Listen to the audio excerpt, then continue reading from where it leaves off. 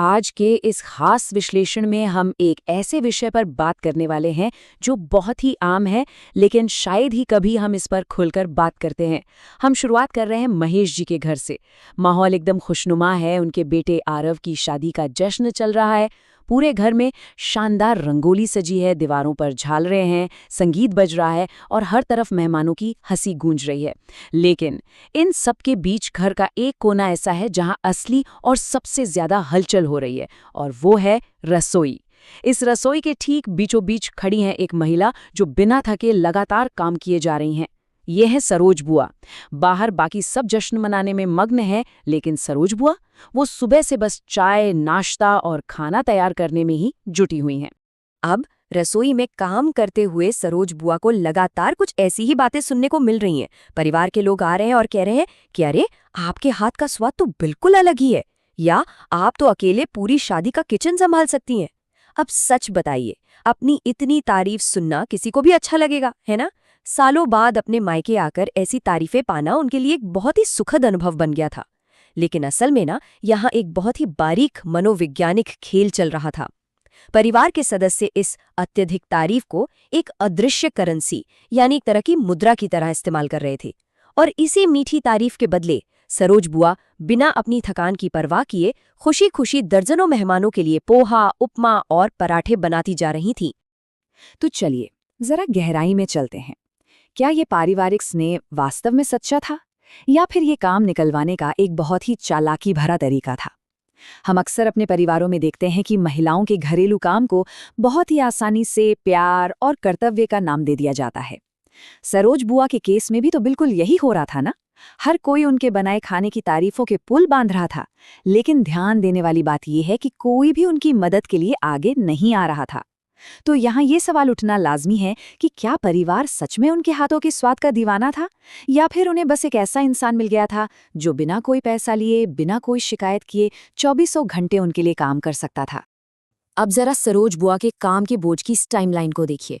सुबह सुबह सारे मेहमानों के लिए नाश्ता बनाना, उसके तुरंत बाद दोपहर के शानदार और भारी भरकम भोजन की तैयारी में लग जाना, और फिर जैसे ही शाम हो तो चाय और स्नैक्स का दौर शुरू। मतलब ये कोई छोटा मोटा काम बिल्कुल नहीं था। ये उस अवैतनिक घरेलू श्रम यानी अनपेड लेबर की विशाल मात्रा को दिखाता है, जिसे सरोज बुआ अकेले अपने कंधों पर उठा रही थी। जब बाकी पूरा परिवार नाच गाने और शादी का लुत्फ उठाने में बिजी था, सरोज बुआ का पूरा दिन भट्टी के आग के सामने और जूठे बर्तनों के बीच बीत रहा था। लेकिन दिलचस्प बात यह है कि परिवार में हर कोई इस स्थिति को एक ही चश्मे से नहीं देख रहा था। सरोज की बहन कमला बुआ इस पूरी तस्वीर को बहुत ही साफ साफ समझ रही थी। कमला को एकदम स्पष्ट दिख रहा था कि सरोज का सिर्फ और सिर्फ इस्तेमाल किया जा रहा है। पर दूसरी ओर सरोज का नजरिया इससे बिल्कुल अलग था। उनका गहराई से ये मानना था कि वे ये सब इसलिए कर रही हैं क्योंकि वे अपने परिवार से प्यार करती हैं। और सच कहूं तो ये एक बहुत ही आम स्थिति है, जहां हद से ज्यादा श्रम करने वाला व्यक्ति अपने खुद के शोषण को ही स्नेह और प्यार की अभिव्यक्ति मान बैठता है। और यही वो एक वाक्य है जो सरोज बुआ बार बार दोहरा रही थी। मुझे अच्छा लगता है जब भी कोई उनसे कहता ना कि आप थक गई होंगी या आपको थोड़ा आराम कर लेना चाहिए, तो उनका बस यही रटा रटाया जवाब होता था। लेकिन असल में ये सिर्फ एक वाक्य नहीं था, ये एक तरह का आवरण था, एक ढाल थी। इस एक छोटे से वाक्य के पीछे उनकी भयानक शारीरिक थकान और वो शोषण छुपता जा रहा था। हमारे समाज ने अक्सर मातृभाव और बहन के प्यार को त्याग के साथ जोड़ दिया है ना? सरोज भी बस उसी मानसिकता के तहत अपने इस बेतहाशा श्रम को अपने कर्तव्य और अपनेपन का नाम देकर सही ठहरा रही थीं। लेकिन फिर कहानी में वो मोड़ आता है जो एक झटके में सब कुछ बदल कर रख देता है। दिन भर की हाड़ तोड़ मेहनत के बाद शाम को जब सरोज बुआ मेहमानों के लिए चाय की ट्रे लेकर कमरे के पास पहुंचती हैं, तो उनके कदम अचानक ठिठक जाते हैं। अंदर से आ रही कुछ आवाजें उनके कानों में पड़ती हैं। कमरे में कोई कह रहा था कि कितना अच्छा है कि बुआ जी सब संभाल रही हैं, वरना कैटरिंग पर कितना भारी खर्च करना पड़ता। बस ये वो पल था जहां सरोज बुआ के मन में बना परिवार और प्यार का वो खूबसूरत सा महल अचानक भरभराकर दरकने लगा। तो सबसे ध्यान देने वाली बात यहाँ पर यह है कि उस कमरे में चल रही बातचीत सिर्फ केटरिंग के खर्च तक ही नहीं रुकी। तभी एक और आवाज आई, वैसे भी उन्हें रोज टिफिन बनाने की आदत तो है ही, बाद में कुछ पैसे दे देंगे तो वो खुश हो जाएंगी। ये सुनना था कि सरोज बुआ एकदम सन्न रह गईं। ये एक बहुत ही कठोर, दिल चीर देने वाला सच था। जिस घर को वो अपना भाई का घर, अपना मायका मान रही थीं, वहां उन्हें एक सम्मानित बहन या मेहमान नहीं, बल्कि एक किराए के रसोइये का सस्ता और सुविधाजनक विकल्प माना जा रहा था। उनके उस प्यार और उनके उन जादुई हाथों की कीमत महज चंद रुपयों में तय की जा रही थी। इस पूरी घटना ने उनके दिमाग पर कैसा असर किया, उससे समझते हैं। सुबह के समय जो सरोज एकदम अज्ञानता और खुशी में झूमते हुए काम कर रही थीं, वो सच सुनने के बाद पूरी तरह टूट चुकी थीं। जब वे वापस रसोई में गई तो उनके हाथ लिटरली कांप रहे थे। जिस घर को वे अपना समझ रही थीं, अचानक उसी घर में वे खुद को एक पूरी तरह से अजनबी महसूस करने लगी। ये एक बहुत ही गहरा भावनात्मक अलगाव था। मतलब काम तो अभी भी चल रहा था, चूल्हा अभी भी जल रहा था, लेकिन उस काम से भावनाएं और अपनापन पूरी तरह से सूख चुके थे। और ये जो फर्क है ना, ये बहुत ही सटीक तरीके से दिखाता है कि हमारे भ्रम और यथार्थ के बीच कितनी बड़ी खाई हो सकती है। सरोज बुआ का ये जो गहरा विश्वास था कि परिवार उनका सम्मान करता है, उनके खाने से प्यार करता है, वो एक ही झटके में चकनाचूर हो गया। कठोर असलियत सिर्फ और सिर्फ इतनी थी कि परिवार अपना पैसा और केटरिंग का खर्च बचा रहा था। उनकी वो सारी मेहनत, वो पसीना जिसे वो अपनापन समझ रही थी, वो परिवार की नज़रों में महज एक आर्थिक बचत की योजना थी और कुछ नहीं। इसके बाद जब उनकी बहन कमला ने उनसे कहा कि उन्हें अपने लिए खड़ा होना चाहिए, कुछ बोलना चाहिए, तो सरोज बुआ का जवाब वाकई बहुत मार्मिक था। उन्होंने कहा, अगर रिश्तों में हिसाब आ जाए तो वहाँ हक नहीं मांगा करते। इस एक छोटे से वाक्य में सरोज बुआ के भीतर की पूरी निराशा झलकती है। अब उनके अंदर कोई उम्मीद बची ही नहीं थी। उन्होंने शादी का पूरा बचा हुआ खाना पकाया, बारात के लिए भी सारा अतिरिक्त काम किया, लेकिन अब उनके मन में कोई मोह या कोई भावनात्मक जुड़ाव नहीं था। अब वो बस एक मशीन की तरह काम किए जा रही थीं। और अब आता है वो क्लाइमैक्स। जब शादी संपन्न हो गई, सारे काम निपट गए, तो सरोज के भाई ने उनके पास आकर उन्हें एक लिफाफा थमा दिया। जरा सोचिए, सरोज बुआ को जिस इनाम की उम्मीद थी वो क्या था?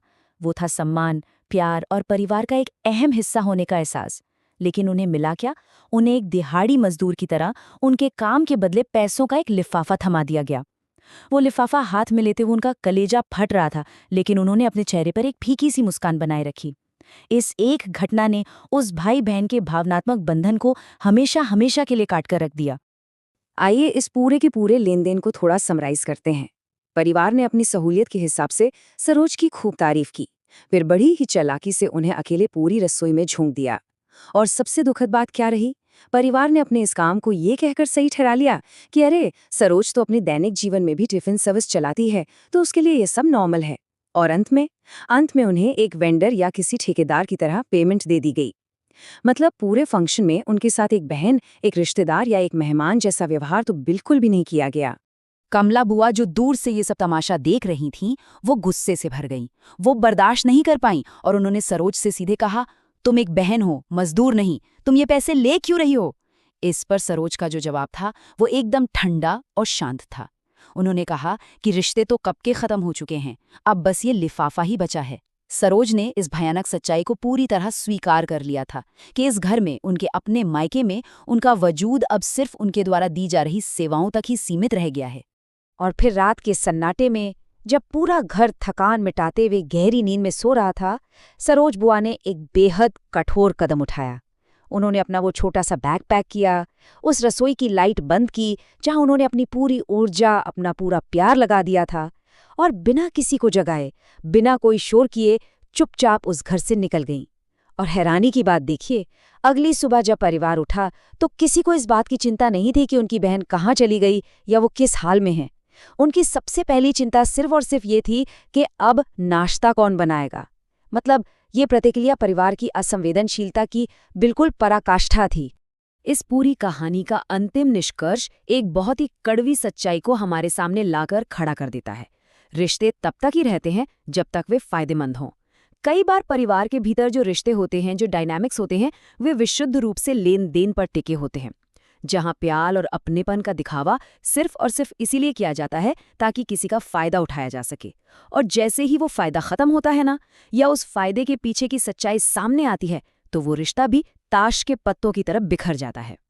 तो इस पूरे विश्लेषण के अंत में ये एक ऐसा सवाल है जो हम सबको सोचने पर मजबूर कर देता है। अक्सर हमारे अपने घरों में भी ऐसा कोई ना कोई व्यक्ति जरूर होता है चाहे वो माँ हो, बहन हो या बुआ हो, जिसके श्रम को, जिसकी मेहनत को हम बिना कुछ सोचे समझे अपना अधिकार मान लेते हैं। क्या हमने कभी 2 मिनट रुककर ये सोचा है कि उनके इस अदृश्य श्रम के पीछे जो हमारी उम्मीदें हैं, वो सच में प्यार से प्रेरित है या फिर महज हमारी अपनी सहूलियत से? इस विचारोत्तेजक सवाल के साथ हम आज की ये चर्चा यहीं समाप्त करते हैं। इस विषय पर जरूर सोचिएगा।